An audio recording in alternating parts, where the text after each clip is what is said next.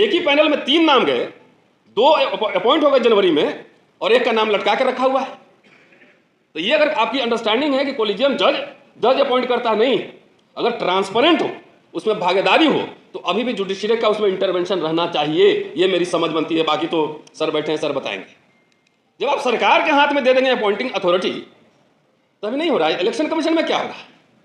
बाबा साहब ने और जवाहरलाल नेहरू ने तमाम जो ये बनाया था, तो बहुत सारा कुछ लिखा नहीं था कि उनकी ये अंडरस्टैंडिंग थी कि भाई इन पदों पे हाई मोरल डिग्निटी वाले लोग आएंगे, हाई मोरालिटी वाले लोग आएंगे, जो कानून के हिसाब से चलाएंगे। अभी धनखड़ साहब अचानक बीमार पड़ गए और इस्तीफा दे दिया, अचानक दिन भर संसद में थे।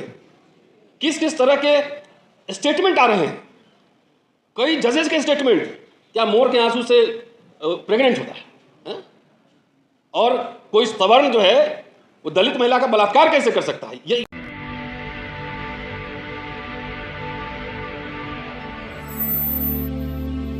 जो मुझे बोलना था, मुझे अर्जुन सिंह पे आज बोलना था और वीपी सिंह, लेकिन वो कह चुके। एक बात और उन्होंने कही कि जब लोग जागते हैं तो बड़ी बड़ी सरकारें जो हैं हिल जाती हैं, और ये हमने करके भी दिखाया है। किसान आंदोलन का जिक्र उन्होंने किया, लेकिन रोस्टर का आंदोलन हमने चलाया था, 200 पॉइंट रोस्टर सिस्टम, जो कि यूनिवर्सिटी में, और मोदी सरकार को झुकना पड़ा था, अध्यादेश लाना पड़ा था।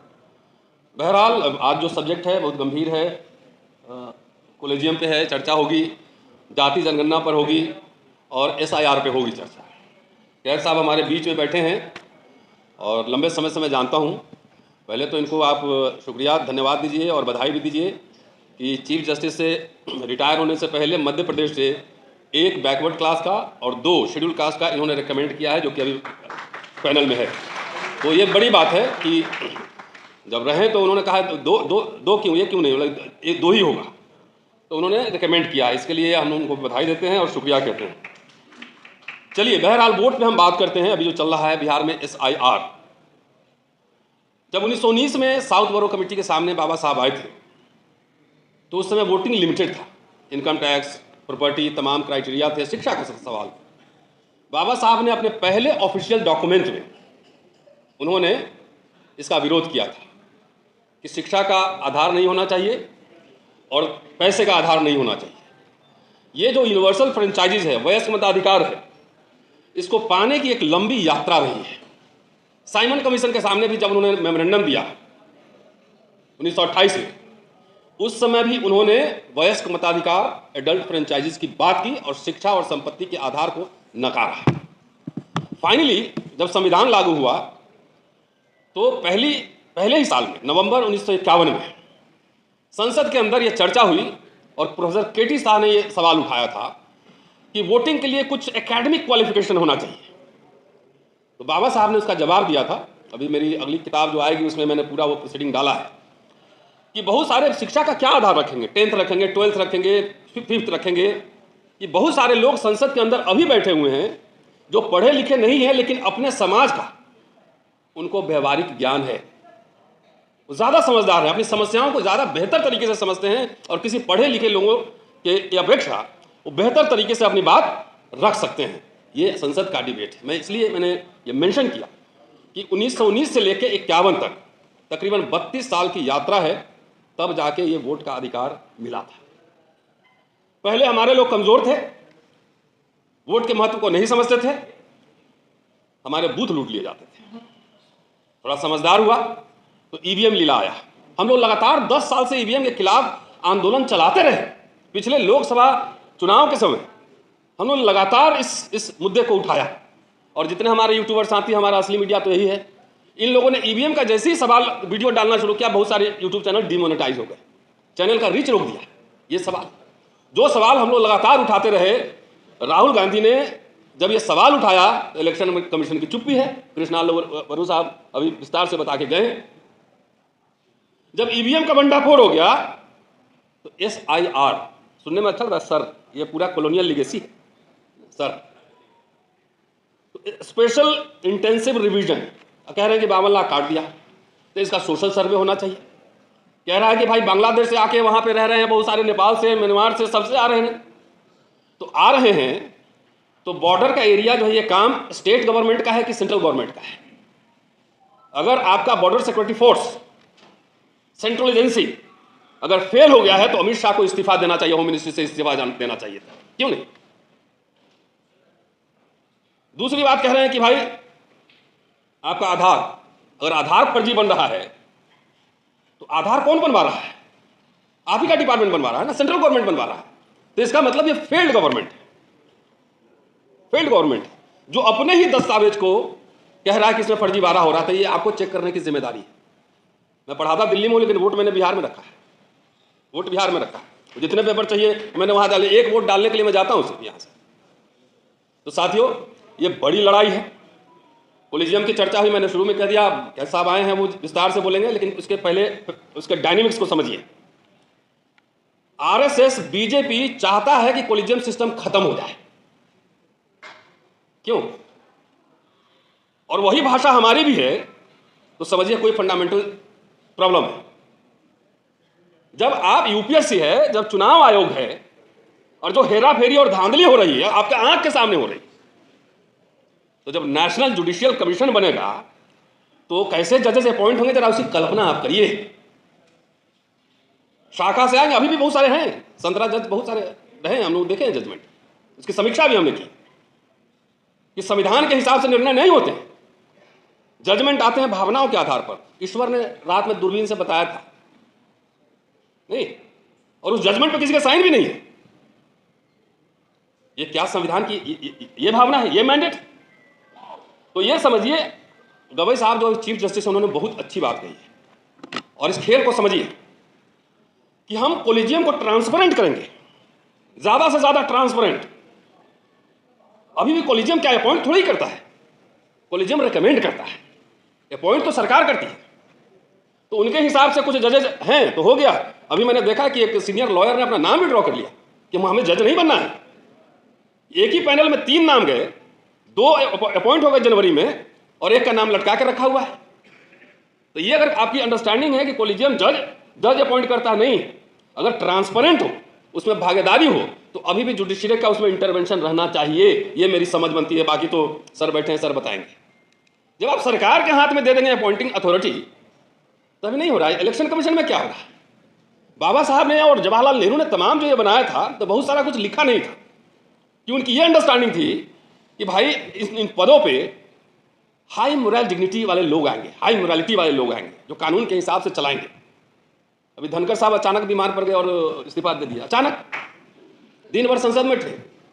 किस किस तरह के स्टेटमेंट आ रहे हैं, कई जजेस के स्टेटमेंट, क्या मोर के आंसू से प्रेग्नेंट होता है? और कोई सवर्ण जो है वो दलित महिला का बलात्कार कैसे कर सकता है? ये जज पे बैठा हुआ लोग दे रहा है, जज के कुर्सी पे जो बैठा वो कह रहा है। तो डेमोक्रेसी में तो समीक्षा सबकी होगी, सवाल सब पे उठेंगे। इसलिए कोलिजियम को लेकर उसमें मोर ट्रांसपेरेंट, भागीदारी सुनिश्चित हो, सरकार के हाथ में देंगे। अभी तो बहुत सारे सेक्रेटरी, बहुत बड़े बड़े ऑफिसर यहाँ पे होंगे, एससी एसटी ओबीसी के सब। तो जाइए ना जरा, आप ओबीसी का इशू लेके जाइए, देखते हैं कितना काम हो रहा है। जाइए, दलित का इशू लेके जाइए, जाके एससी कमीशन में जाके अर्जी लगा के देखिए तो कितना एक्टिव है। किसी हम जानते हैं बहुत सारे बड़े बड़े डीजीपी ये एफआईआर नहीं करवा सकता भाई साहब, कि वो वहां पर वो कॉन्स्टिट्यूशन से नहीं चल रहा है सिस्टम। और ये वोटिंग राइट, डेमोक्रेसी और संविधान को अगर खतरा है तो क्या समझते हैं? अमेरिका से खतरा है, इंग्लैंड से खतरा है, पाकिस्तान से खतरा है, पूरा सिस्टम को खतरा है आरएसएस और बीजेपी से। ये कहने में डरिए मत। आपको पिछले हॉल में पिछले साल हमने शपथ दिलवाई थी कि शपथ खड़ा हो, फ्री का भाषण नहीं दूंगा, पहले शपथ लो कि मेरा बाप, भाई, नाते, रिश्तेदार कोई भी बीजेपी से खड़ा होगा तो हम उसको हरवाएंगे, तो उसके खिलाफ कैंपेन करेंगे। मैंने कहा था, याद है कि नहीं? लेकिन तब भी मुझे पता है इसमें से गए होंगे, मेरी बात भूल गए होंगे शपथ, और जाके उधर जदयू में बटन दबा दिए होंगे, कहीं और दबा दिए होंगे। तो इसका मतलब आप सीरियस नहीं है। संविधान को आप जाइए, संविधान जिस दिन लागू हुआ 4 दिन बाद ऑर्गेनाइजर में क्या लेख छपा था आरएसएस के मुखपत्र में? अंबेडकर और नेहरू के पुतले फूके गए थे यहीं रामलीला ग्राउंड में कि हम इस संविधान को नहीं मानते हैं, भारतीय मिजाज के हिसाब से नहीं है। आरएसएस के मुख्यालय पर तिरंगा कब फहरा है? वो तो खुल के अब घोषणा हो गया, हिंदू राष्ट्र कह रहे हैं कि हिंदू राष्ट्र नहीं है वो, आप भी समझ रहे हो हिंदू है नहीं। ये इंडियन रिपब्लिक और इंडियन कॉन्स्टिट्यूशन पर यह खुल के आरएसएस दक्षिण पंथियों का हमला हो चुका है। खुल के कह रहा है बाबा लोग राजनीति कर रहा है, राजनीति करने वाले लोग बाबा गिरी के चरण में। कि हम हिंदू राष्ट्र बनाएंगे। अभी इसी जगह एक बाबा आया था उधर से कि BN राव है संविधान का निर्माता। हमले भाई पढ़ लो जरा सा, पूरा वॉल्यूम खंगाल दिया मैंने, सारा उनका BN राव का किताब ही निकाल लिया। समझा हो, जरा बहस कर ले। तो जब अंबेडकर को, नेहरू को डिमोलिश, अंबेडकर को तो अभी डर के मारे ज़्यादा छेड़ नहीं रहे हैं, ये वोट का सवाल है ना। और हमारे दलित नेता सब हिंदू राष्ट्र की पालकी ढो रहे हैं, इधर अठावले हो, जीतन राम मांझी हो, चिराग पासवान हो, पालकी ढो रहे हैं ना, लगे हुए हैं पूरा कि मालिक हम सबसे आगे थे। लेकिन उनको पता नहीं कि हिंदू राष्ट्र का मतलब क्या है। थोड़ा इतिहास पढ़ेंगे, थोड़ा मनुस्मृति पढ़ेंगे, तब समझ में आएगा ना कि क्या इसका मतलब है। अभी तो नौकरी और शिक्षा के सवाल में बार बार कहता हूँ, हमारे लोग में प्राइवेट जब बात करते हैं ना तो बोलता है हाँ नौकरी नहीं मिल रही है, एजुकेशन महंगा हो गया है। अब कलेक्टिव जब मिलेंगे ना तो खाली सबको पॉलिटिक्स का टिकट चाहिए, एजेंडा नहीं बन पा रहा है। बाबा साहब ने 1942 में एक आंकड़ा दिया था शेड्यूल कास्ट की ओर से, 1076 ICS अधिकारी में एक सिर्फ दलित है नॉमिनेटेड। पूरे कैबिनेट में एक मिनिस्टर है जो कि खुद अंबेडकर थे।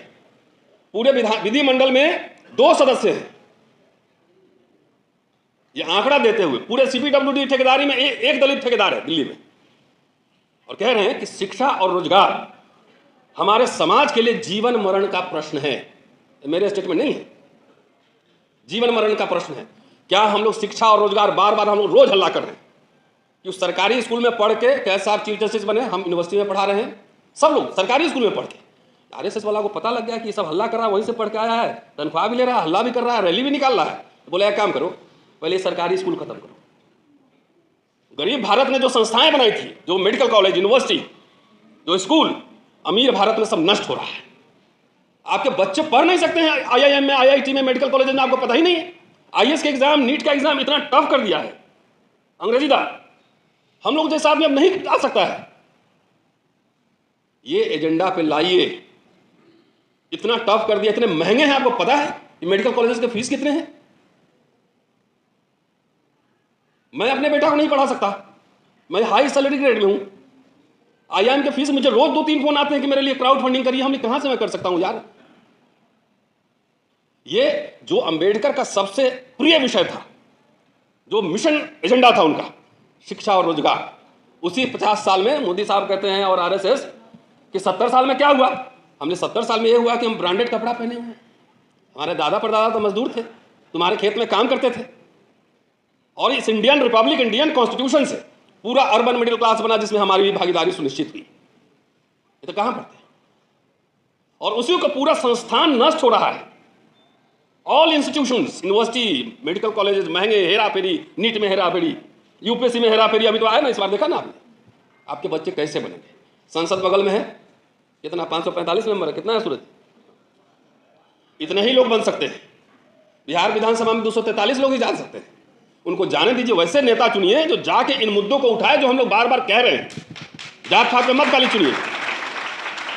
लेकिन नौकरी, शिक्षा, रोजगार लाखों लोग कर सकते हैं, और उसी को छीन रहा है। गरीब भारत में जो कुछ मिला, अमीर भारत 5 ट्रिलियन इकोनॉमी उसको छीन रहा है। अभी इमरजेंसी पे डिबेट हुई थी। अभी आपको पता है कि RSS ने इमरजेंसी का समर्थन किया था। अभी काला दिवस मना रहा है, बताइए। देवरस ने वहां यरवदास जेल से 2 चिट्ठी लिखे थे इंदिरा जी को, इंदिरा जी ने भाव ही नहीं दिया। फिर विनोबा भावे को चिट्ठी लिखे, सेटिंग कीजिए, थोड़ा सा मनाइए कि RSS के प्रति इंदिरा जी अपना रुख बदले। तुमने डार के होगा तुम्हारा, हमारा नहीं था। हमारे पर डंडे पड़ने थोड़े कम हो गए थे उस समय। जमींदार सब डर के मारे मारता नहीं था। इमरजेंसी कोई और रीडिंग भी हो सकती है। पकड़ पकड़ के दलित लोगों को इतना फेलोशिप, स्कॉलरशिप, ये सब मिल रहा था। तो ये सारी संस्थाओं पर RSS का कब्जा हो चुका है, बीजेपी का। एक टीचर, जो टीचर बोलता है, अभी सूरज जी का 20 साल बाद प्रमोशन हुआ, देख लीजिए सामने, 20 साल। और हमारे विदेश जाने पे पाबंदी है, अनकही पासपोर्ट रिन्यू नहीं हो रहा है, वीजा नहीं मिल रहा है। तो इससे फर्क नहीं पड़ता है, प्रमोशन नहीं हो रहा है, कोई बात नहीं। आवाज बुलंद रहेगी, प्रमोशन के लिए नहीं आए थे इधर, कुछ और काम के लिए आए थे। तो हम जैसे लोग जो पूरा इतना रिस्क लेता है, मेंबर ऑफ पार्लियामेंट के बैठे हुए हैं, ये सवाल उठे यूनिवर्सिटी से डेटा मंगाया जाए, तो just ask data for the university, कितने अपॉइंटमेंट हो रहे हैं, कितने एडमिशन हो रहे हैं। क्योंकि हम लोगों ने यूनिवर्सिटी को छोड़ दिया है। हमारे लीडर्स यूनिवर्सिटी के लोगों से इंटरैक्ट नहीं करते हैं, सवाल नहीं करते हैं, खाली भाषण देना है। भाषण सुनिए भी। मैं तो कई लीडर्स को बोलता हूं कि बहुत सारे स्टूडेंट को, टीचर को सुनिए कि क्या चल रहा है देश में, खाली अपना पर्सपेक्टिव मत दीजिए। तो मिला जुला के अब बहुत पर्ची एक खरखराने लगा, मैं समझ गया। तो शुक्रिया। और जाति जनगणना तो होगी, ये मैं आपको कह रहा हूं। लेकिन हमें समझना है कि नेक्स्ट वॉट, यही दलित पिछड़ा अगर ये हिंदू राष्ट्र का पालकी ढोएगा तो इस जाति जनगणना का क्या फायदा। हमें अगर सोशल जस्टिस प्रिय है तो हमें सेकुलरिज्म भी उतना ही प्रिय है। इस दिशा में अगर आपकी पॉलिटिक्स नहीं जा रही है, इसका मतलब कि यू आर नॉट सीरियस। आपको चवन्नी अठन्नी देगा, उसी में आप बिक जाएंगे। शुक्रिया।